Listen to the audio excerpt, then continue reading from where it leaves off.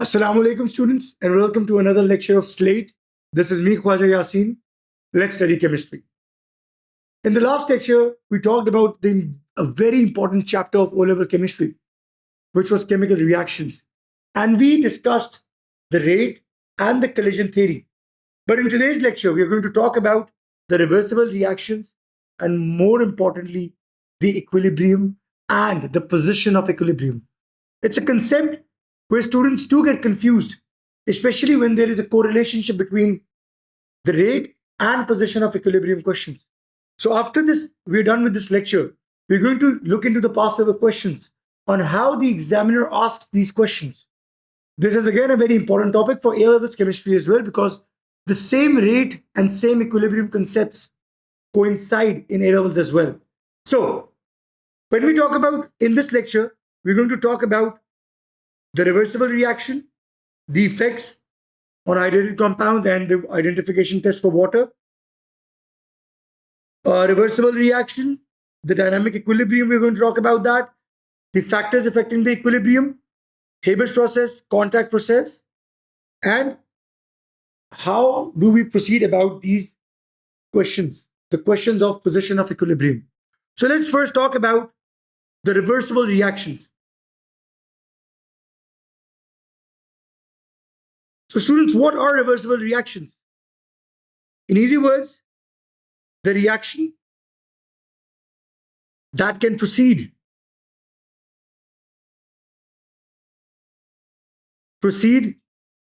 both in forward and backward direction. It can proceed forward and backward.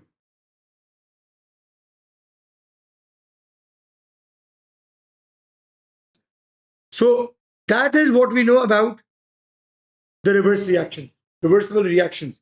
For instance, if we have a reactant and we have products, we knew that it is from the reactant to product that the reaction occurs. That's a normal reaction. But in the case of reversible reaction, it can go in this direction, but even the products can come back and make the reactants.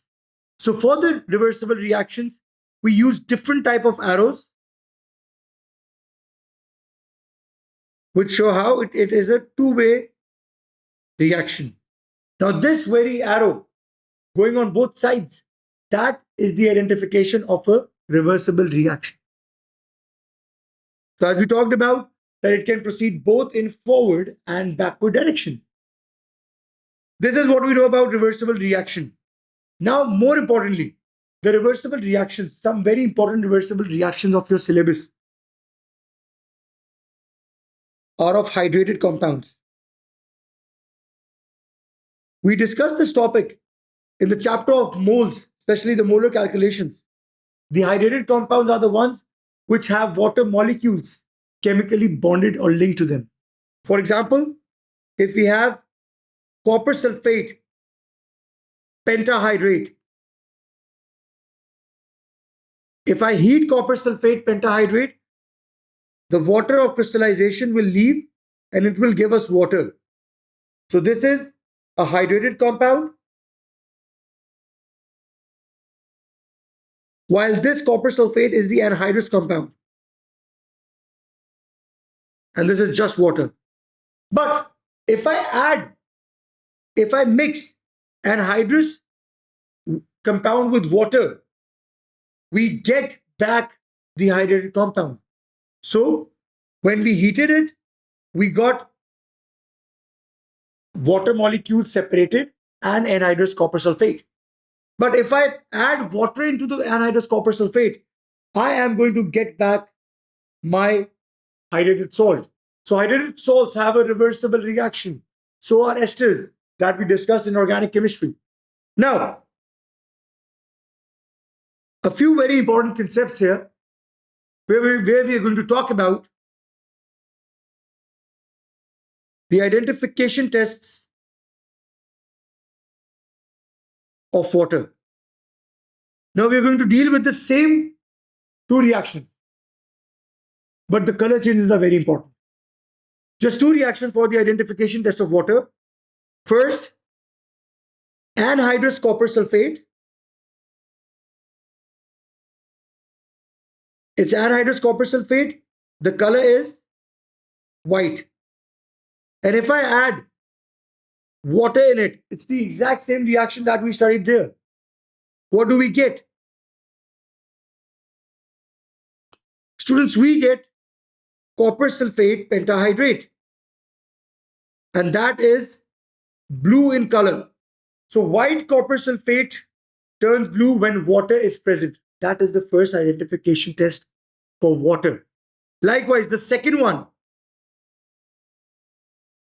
cobalt 2 chloride, writing 2 because it's a transition element. So COCl2. Let me use the same blue color for that. So CaCl2 plus water. This is also a reversible reaction.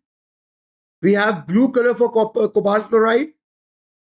So if there is a paper strip, a blue cobalt chloride strip, that would make pink cobalt chloride hydrated salt. That's pink in color. So this is a reversible reaction, students, where we get a pink colored cobalt chloride.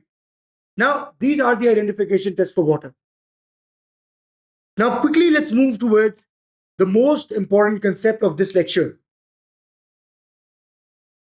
equilibrium.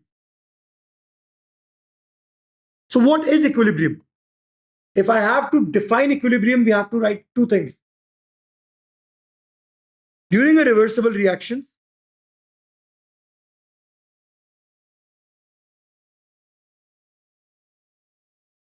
a point comes. So during the course of a reversible reaction, there's a specific point when the rate of forward reaction is equal to the rate of backward reaction. But as I said, this is just a 1 mark definition. What's the second part? And the concentration, or I can say the amount of the reactants and the products remained constant. So obviously, if it's the same pace of forward and backward reaction, a product is formed, it goes back to the reactant.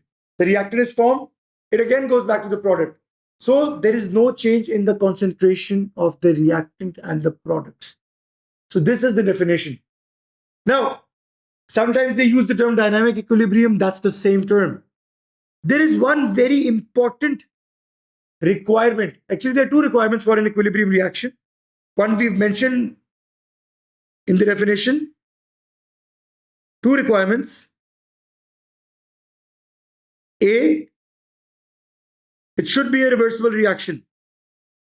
Obviously. If it's not a reversible reaction, how can we get a backward reaction anyway? B, closed system or closed container. That means this reaction should take place in the closed container. Now, why is that so? That's a very common exam question. Why do we use closed system? Why do we have a closed container? So that the products or reactants cannot escape. That would be a funny thing. You just made the products and you're waiting them that they would go back to the reactants, but guess what? They escape in the atmosphere. So we need to have a closed system so that the products, they do not escape. They are there bound. And in that closed container, now they are bound to go back towards the reactant side. So that, my students, is the dynamic equilibrium. If I make the rate of equation, rate curve, if you remember from the previous lecture, Here we have reactant, and obviously in the start, if I say amount of product, so we know for sure at time zero, this is the progress. At time zero, there is no product, but gradually it goes upwards, and then that's the curve we get. Not this one actually.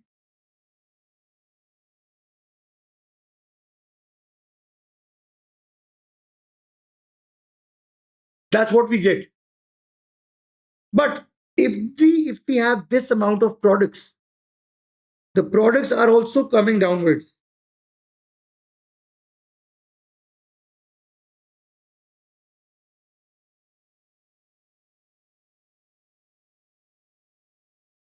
You see how the products are coming downwards, the reactants are going there.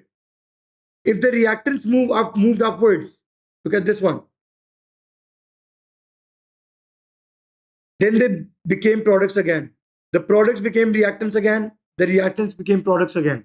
Reactant product, reactant product, reactant product. Students, this point is equilibrium, where both reactions are simultaneously taking place. This is the forward reaction, and this is the backward reaction. The products are coming down, the reactants are going up, and then they are making this point of equilibrium. So this, my students, is equilibrium. In order to understand equilibrium, we need to talk about another very important concept. Position of equilibrium.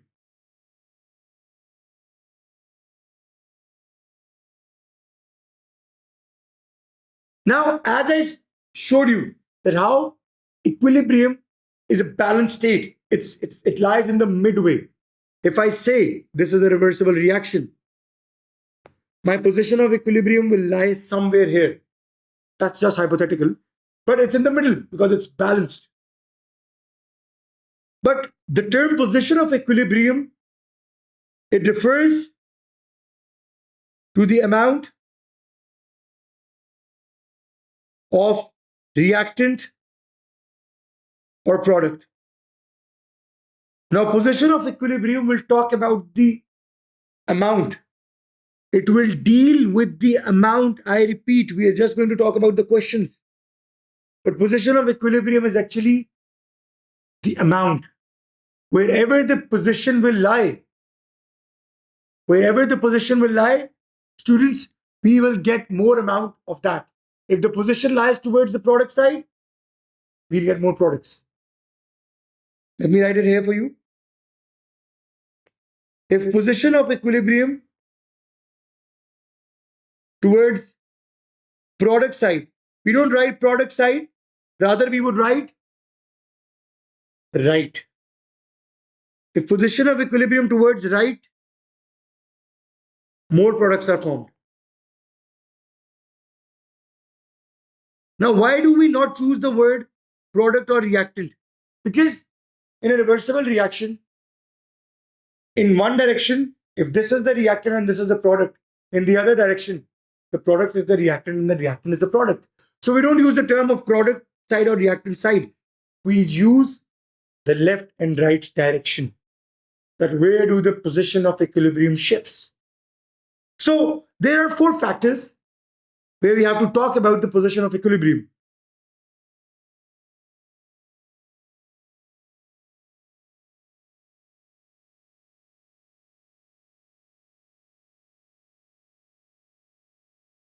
The first one, pressure. Know one thing, for pressure, just like the collision theory, as I said, there are those fixed statements that you have to write in the answer, in the reasoning. It's the same case in the context of factors of position of equilibrium. So pressure, A, it only applies to gases. Obviously, pressure has no effect on liquids and solids. And we will be doing a question from the recent past paper regarding that. So, what do we know about pressure? So, in the case of pressure, if we increase the pressure, the position of equilibrium, first let me write and then I'll try to explain to you. If we increase the pressure, the position of equilibrium shifts to the side with less number of moles. If we increase the pressure, there are more collisions and hence more product is formed.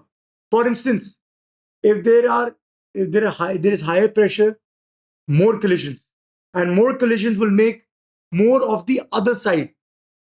So let's take the example of Haber's process. That is an important example in your syllabus. We will discuss that in detail later. We know how nitrogen reacts with 3 moles of hydrogen, forming 2 moles of ammonia. And all of them are gases. So if I increase the pressure, there will be more collisions on this side since there are more number in moles. But if they are colliding, if 1 mole of nitrogen and 3 moles of hydrogen are colliding with each other, what are we getting? We are getting more amount of ammonia. So where will the position of equilibrium shift? Since more ammonia is being produced. I repeat, since more ammonia is produced because more collisions were noticed on this side. More ammonia is being produced. The position of equilibrium will shift towards ammonia. As I said, position of equilibrium refers to the amount of the product or reactant. So if more ammonia is formed, that means the position of equilibrium shifts to the right. And we know we take 200 atm pressure here in Haber's process. This is a high pressure. So as we use high pressure, the position of equilibrium shifts to the right. Why right? Because there are 4 moles as if we increase the pressure,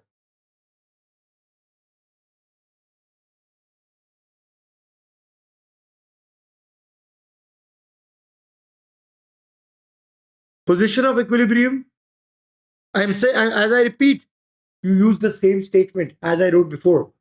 The position of equilibrium shifts to the side with less number of gaseous moles.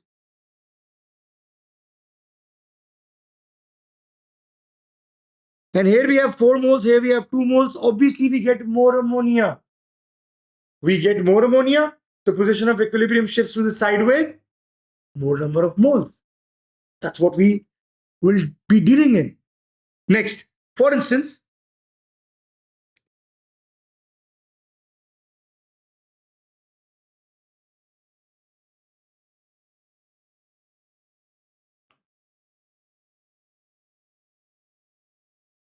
now we see more number of moles on the product side, less on the reactant side. So if I increase the pressure now,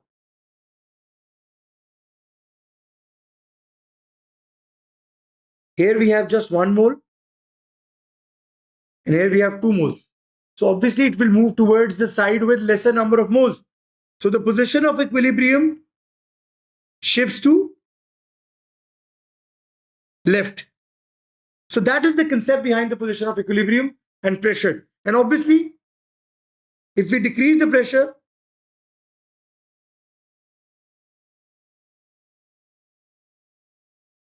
the position of equilibrium shifts to the side with more number of moles. It's the exact opposite. More number of gaseous moles to be exact. So that is what we know about pressure. More the pressure, it moves towards lesser moles.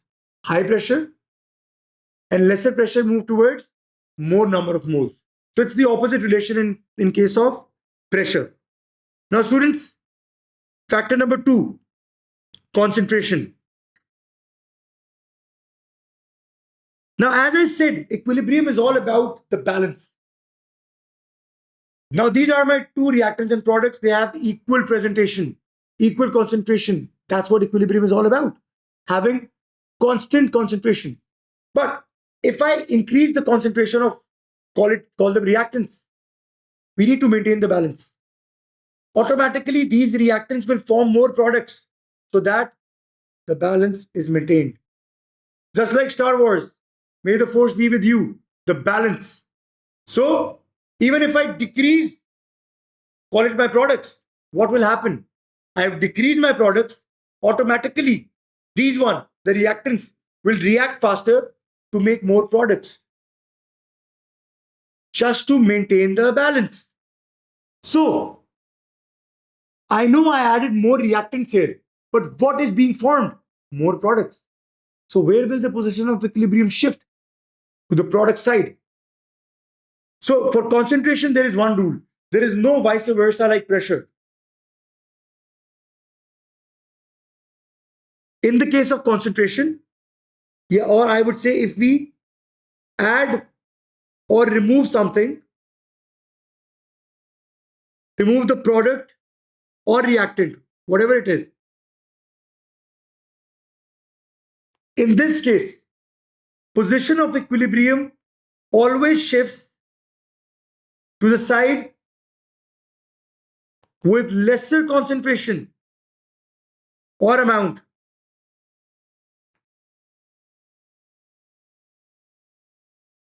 It will always go towards the lesser one, because it has to maintain the balance.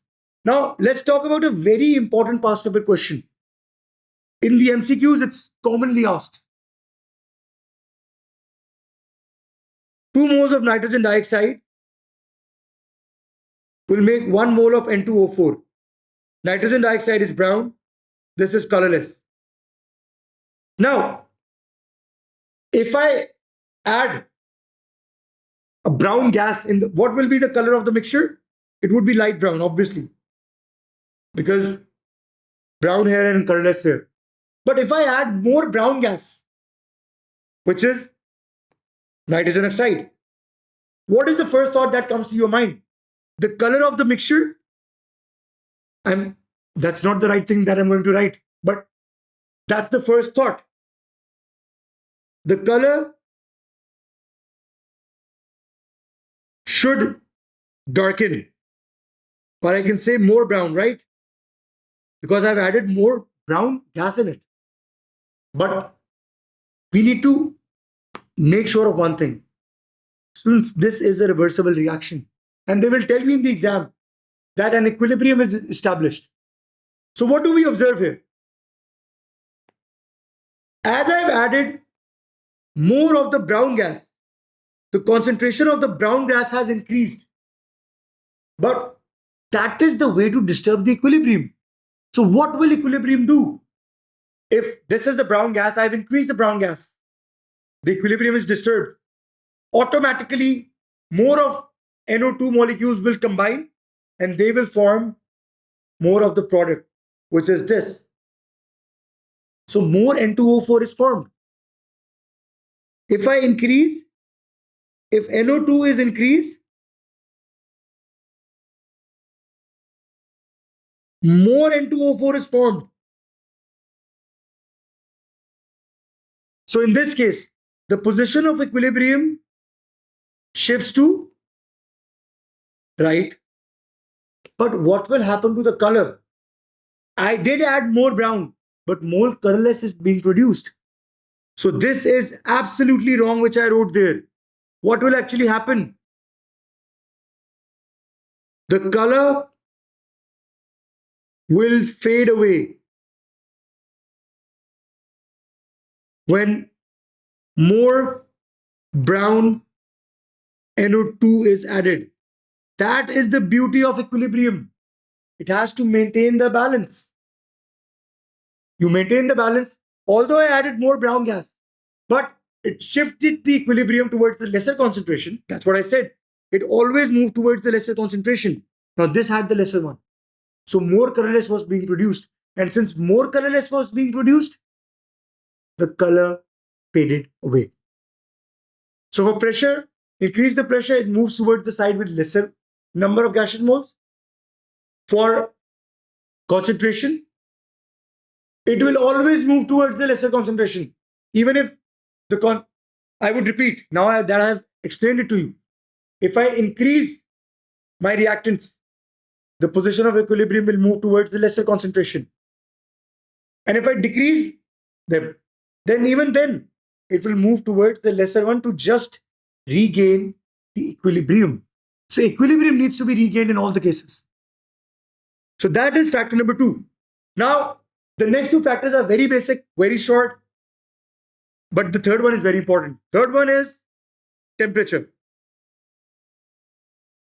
Now, temperature is the most basic one, students. Let's talk about Haber process again.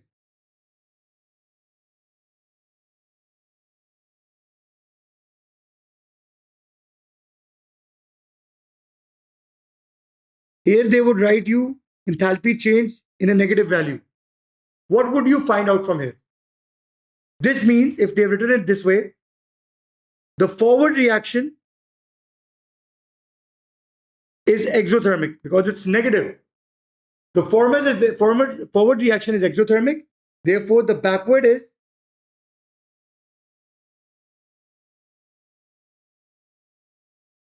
that's it. That's the whole concept. So if I increase the temperature, which reaction, endo or exo, which reaction would flourish more? Which reaction would be more feasible if I increase the temperature? Which type of reaction requires, needs temperature? We know that if we increase the temperature, it favors the endo. So that is what it is. Increase in temperature favors endothermic reaction. Increase in temperature favors endothermic, and decrease in temperature favors exothermic reaction. So if look at this reaction, if I decrease the temperature here, so this will favor the exothermic reaction. So in Haber's process, let's not talk about Haber's because that's an exception, that's an industrial process. But I hope you get the concept. If we increase the temperature, it will favor the endo. And the position of equilibrium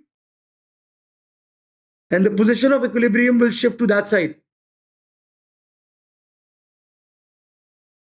To the endo side. It will favor the endo side. So position of equilibrium will move along with the exo and endo direction. We will do the examples, we are about to be done with it. Last, catalyst. Now that is the most important factor, students. You're going to love it the most. Literally, you're going to love it the most. Catalyst play a very important role. That catalyst has no effect on the position of equilibrium. As it speeds up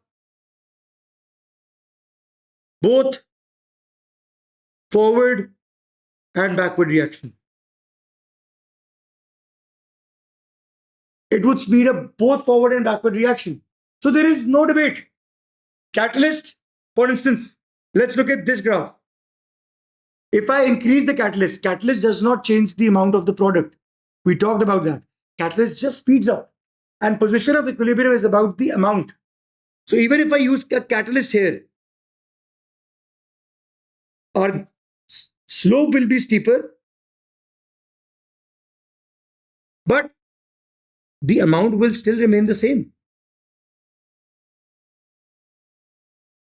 Now these two are catalyst generated. Amount is still the same, so there is no change to the position of equilibrium. We are still stuck there. So that's what catalyst is all about.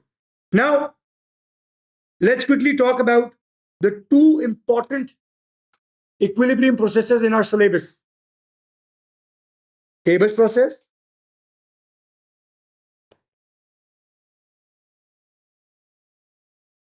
Now, Haber's process is the industrial preparation of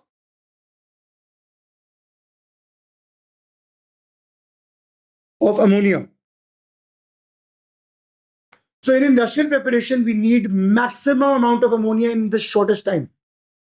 So in this case, you need to memorize the equations, you need to memorize the conditions, you need to memorize the catalyst. So that the equation we have written multiple times, you must remember it by heart.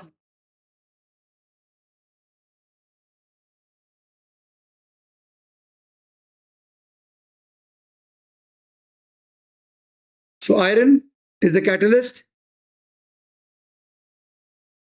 200 atm pressure, as I told you, and 450 degrees Celsius temperature.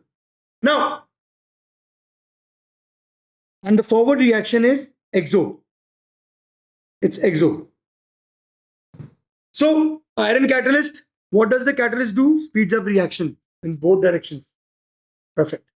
Now, let's talk about equilibrium. It happens in the chamber. First, from where do we get nitrogen?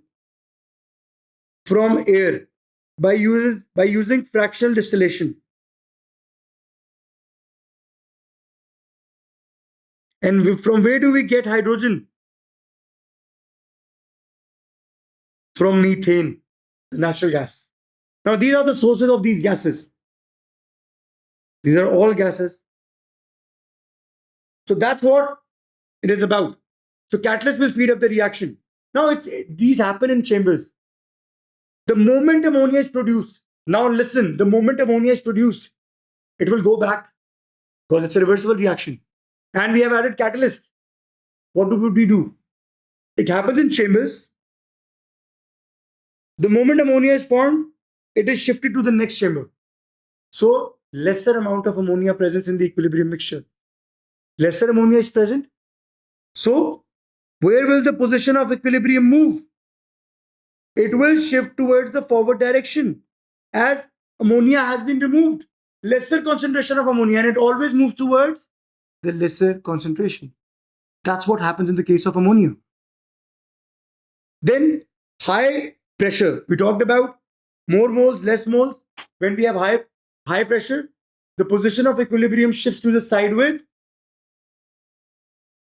less number of moles. That's what we know about pressure. Now temperature. The forward is exo and the backward is endo. The forward reaction is exo and the backward reaction is endo. High temperature is supposed to favor. It does favors endothermic reaction. Then why do we use it? Why? Using high temperature is only because this is an industrial process and high temperature increases the rate. We cannot have, if we take temperature higher than 450, the reaction will move backwards. So 450 is the fixed one. It speeds up the reaction and it doesn't really alters the amount of the product. But if we go higher, it would go backward. And if we go lower, that would slow down the reaction, my students. And the last example in this whole chapter, that is the contact process. In the case of contact process, what do we observe? This is the industrial preparation of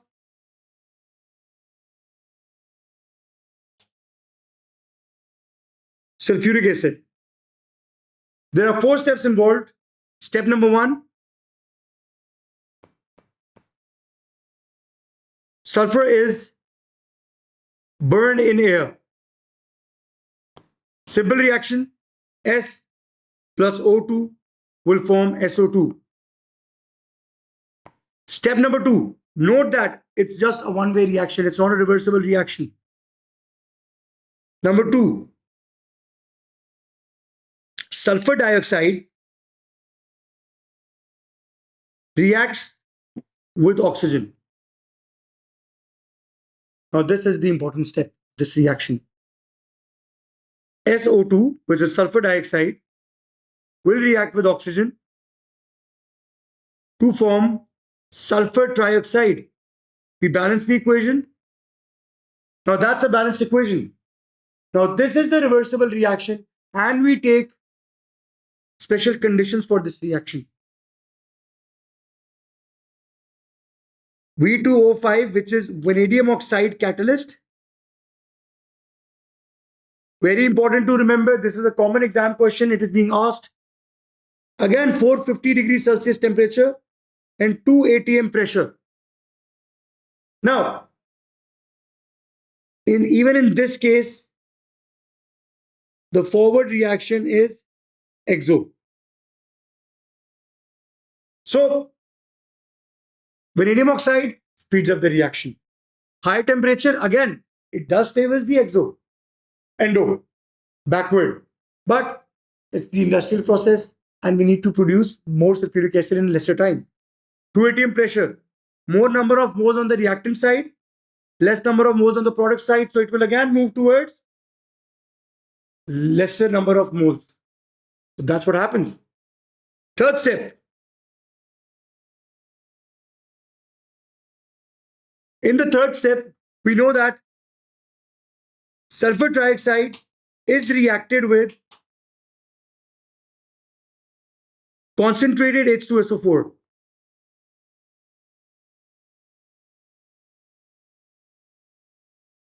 Now, why do we use this H2SO4? We'll talk about it just when we are done with it.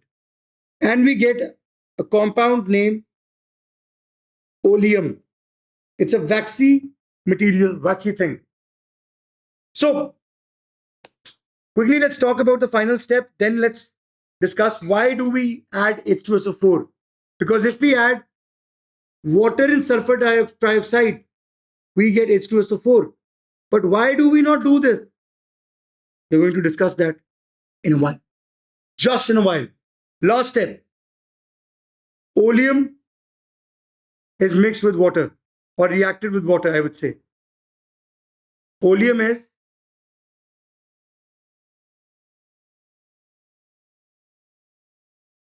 reacted with water, students. So H2, S2, O7 plus H2O, we get 2 moles of sulfuric acid. That is how you get sulfuric acid. 1 mole of was the one we added there, and 1 is our new one. So why did we not add water in sulfur trioxide? Because the SO3 has a high temperature. How much high? Around 450 degrees Celsius. So if I try to add water, it will vaporize the water, students. So that is why we cannot add water directly. These are the 4 steps. This is all about the equilibrium and its concepts. Last, I would just talk about one past paper question, because that is where you would know the difference between equilibrium and rate. Let's be quick. Carbon reacts with steam to make carbon monoxide and hydrogen. 1 mole of carbon, 1 mole of water, carbon monoxide, hydrogen. The forward reaction absorbs thermal energy. That means forward is endo. An equilibrium mixture is formed when the reversible reaction happens in the closed system. Explain why the reversible reaction must be in the closed system. We just talked about that. So the products don't escape.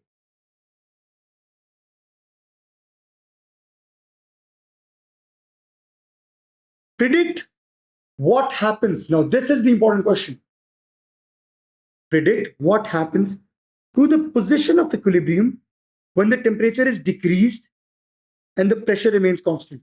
Now we know that forward reaction absorbs thermal energy. So forward is endo. Endo requires temperature. But this says if the temperature is decreased. So prediction. What will happen to the position of equilibrium the position of equilibrium will shift to right or left. The right side favors endo. The left side favors exo. So if we decrease the temperature, it will, if we decrease the temperature, it will favor the exothermic reaction. So why will it shift to left? As decrease in temperature favors exo and backward reaction is exo. That is what you're going to write.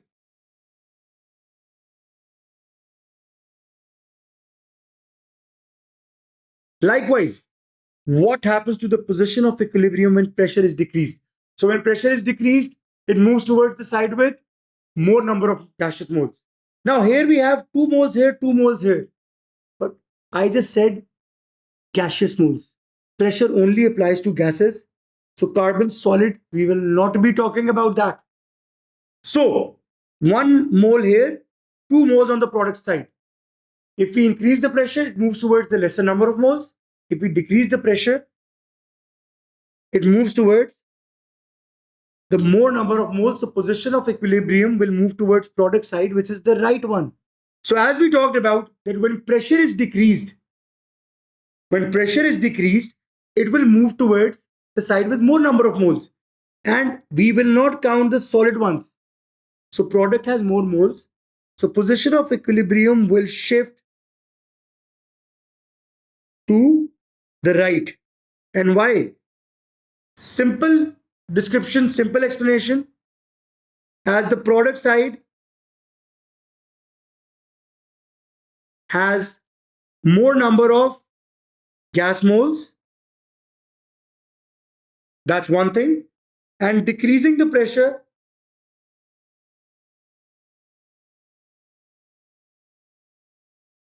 shifts the equilibrium to the side with more moles. It's the same statement that we wrote. It is the exact same statement, students. Now the next question. Predict what happens to the rate of backward reactions when the temperature is decreased. That is where most of you make mistake. Here they talked about position of equilibrium. Now they're just talking about the rate. Rate, that's it. Do not jump into exo, endo, exo. Rate, collision theory. So mark my words. When you see a question of equilibrium, read it properly. It can be a question of rate, not equilibrium. So let's quickly do that. It's very basic. What happens to the rate of backward reaction when temperature is decreased? Simple. Rate decreases. Why does the rate decrease?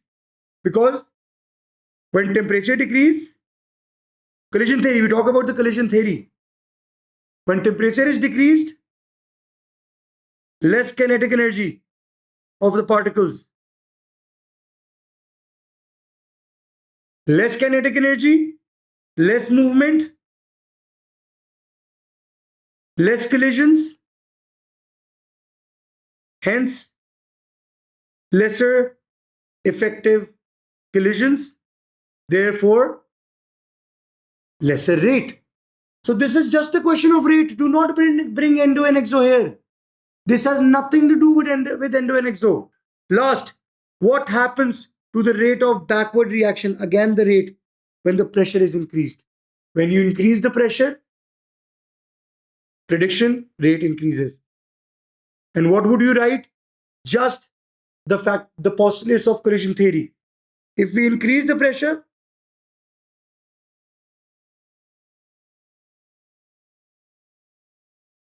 there will be more number of particles per unit volume. That is the exact statement from collision theory. I repeat. And if there are more number of particles per unit volume, this would be more collisions and hence more chances of effective or successful collisions. So that is again a very basic concept, but all you need to do is to read the question carefully, my students. Because the first two parts were about equilibrium. There you will talk about position of equilibrium left, right. But rate is just collision theory. So that is all for today's lecture. That is all for the second part of chemical reactions. In the next lecture, we are going to talk about the reduction and oxidation and redox. So thank you so much for being here with me. I hope this video helps your concepts of equilibrium, because we just did discuss a past paper question. So thank you so much, and Allah Hafiz.